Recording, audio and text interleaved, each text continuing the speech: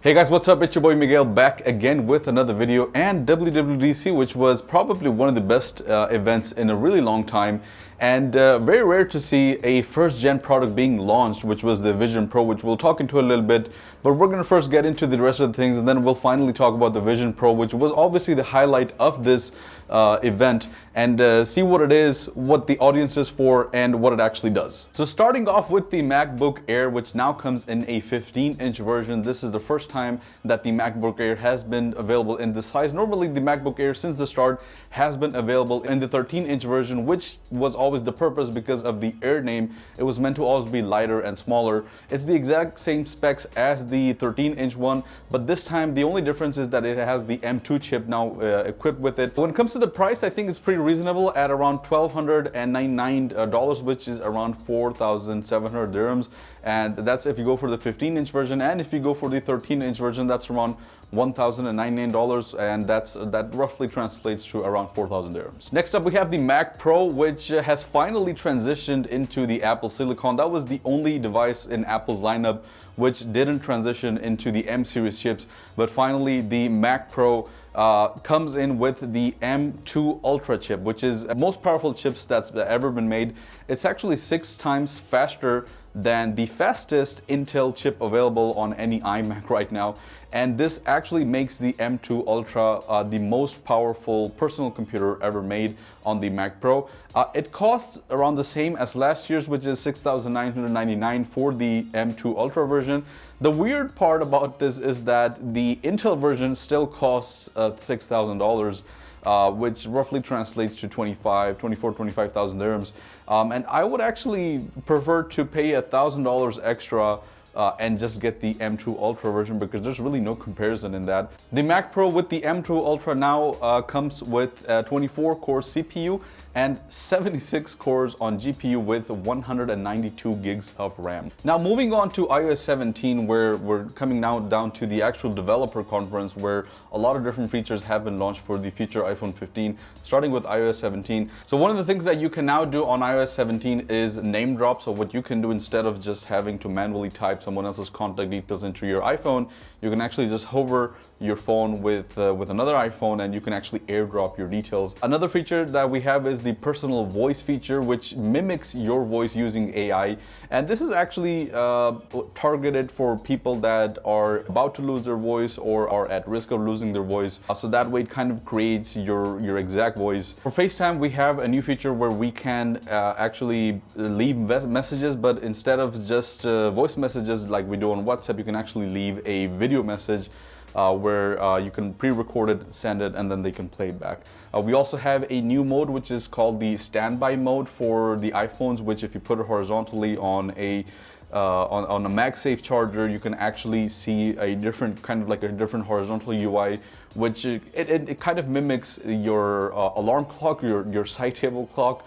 So you can see your clock, you can see different widgets, you can see your calendar. Apart from that, we also have the Journal app. Now the Journal app is allowing you to kind of write in your darkest and deepest fantasies and your secrets.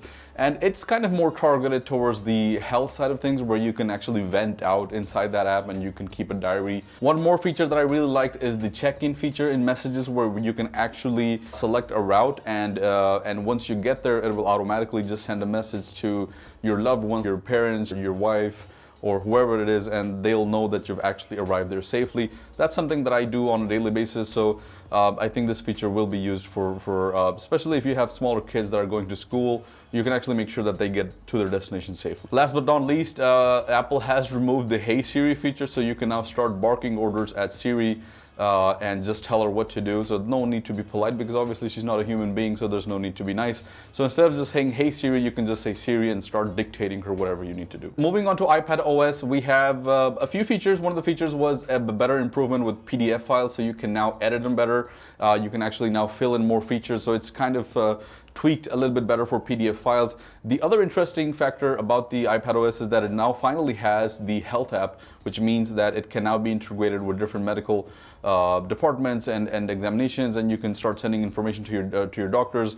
The health feature was something that was never available on the iPad, but now with this newer version, it finally is. WatchOS 10 also came out, which is probably one of the biggest UI revamps that we've seen in recent years. It's a complete change, so you have a lot of different features. You have the integration of widgets. You still kind of get that same honeycomb kind of design that's been there for a long time, which we were hoping to kind of change or see something being done differently.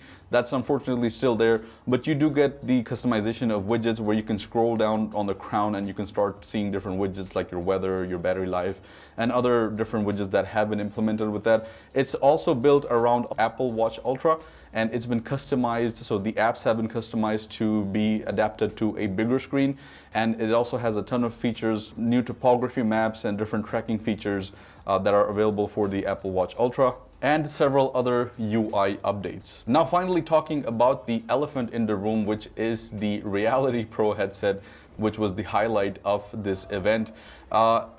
This is something that's been rumored for a long time. We've been talking about this for at least the past 2-3 years, and it's finally become a reality. WWDC this time was an event where we actually saw a first-gen product being launched, which was not common, so it's pretty rare to see that. But yeah, Reality Pro, what is it? It's essentially, in easy words, is an AR VR headset, but it's now released by Apple, so obviously there's hype around it. Now, one of the things that it is, it's actually a separate device. It's not like a device that's meant to be integrated or connected with your Mac or your iPhone or your iPad. It actually is a separate device on its own, and it has its own Wi-Fi. It has its own M2 chip alongside with an R1 chip, which helps it with VR and AR capabilities. It has two 4K micro LED displays on, so for both of your eyes.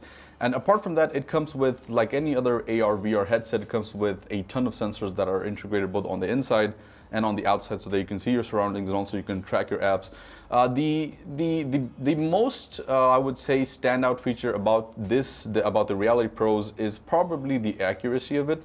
And that's the only, I would say, kind of like the wow factor. Apart from that, I'm actually struggling to find any use for this. So the question that I have is, who is this actually meant for? Who is the target audience for this?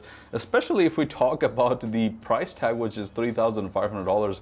I mean, it's way too much. It's actually nearly 2 times more than what you pay for the most expensive headset out there, and the most advanced one right now, which is Meta's Quest Pro, that comes around at $1,500, which does exactly everything that the Reality headset or the Reality Pro headset already does, but it does it much better. And because this is a first gen, first of all, the price is high, and there's not really any applications for it, which is why this was introduced with WWDC, so that developers can actually start making apps for it. Exactly like when the first generation iPhone was released, so you had your default apps, you didn't have anything else apart from it. It's completely built up, so it's a new software. It's called Reality OS, I think that's, or Vision OS, something like that. I'm sorry about being confused about this. But it has its own OS, and it's going to be integrated with a lot of apps, so YouTube, Netflix, gaming, this and that. Again, I'm kind of finding it a little bit difficult for this to sell, especially at this price point, and especially when we have other features or other products that are very similar that are already doing this and are most likely way more advanced than the Reality Pro headset. The only thing that as I said, which is kind of compared to magic or telepathy, is the accuracy of it, which is using your eyes and your hands as gestures. That is the only thing that's kind of, you can say, standing out about this. But do you actually want to spend $3,500 just so that you can get a little bit better accuracy? I mean, that's a big question that I have. And one more thing that no one is actually talking about is that if you're wearing glasses, if you're someone that needs to wear glasses to see, this is not actually for you. Or even if it is for you, you have to actually have specialized lenses made, and you can't just go to any, optical store and just buy any type of lenses. They have to be specially Carl size lenses, which means that they're going to be expensive. And in terms of resale, you're not actually going to be able to resell them because obviously they're customized and they're made for you. So that's kind of like the question that I have, or the thing that actually no one's talking about, And apart from just being used for entertainment purposes, I don't see this being sold or useful on a consumer level. Maybe specifically for some industries, maybe in the medical level or in other industries, this can be useful. But as a mass product that's going to be used for consumers, I really don't see it. And that's the big question. Do people really actually care about the headset? But anyways, guys, that was WWDC for you. We're going to have a ton more videos coming up. We're going to go into the depth of these individual OSs. So we're going to try to do a video on iOS 17, macOS, iPadOS, watchOS. And we're going to try and get our hands on some of these devices, hopefully in the near future, so that we can show you guys. So let me know what you guys think about WWDC. Let me know what you would like to see or would have liked to see, and what you want Apple to be releasing in the future. Thank you so much for watching, and I'll see you guys in the next one. Peace out. Bye-bye.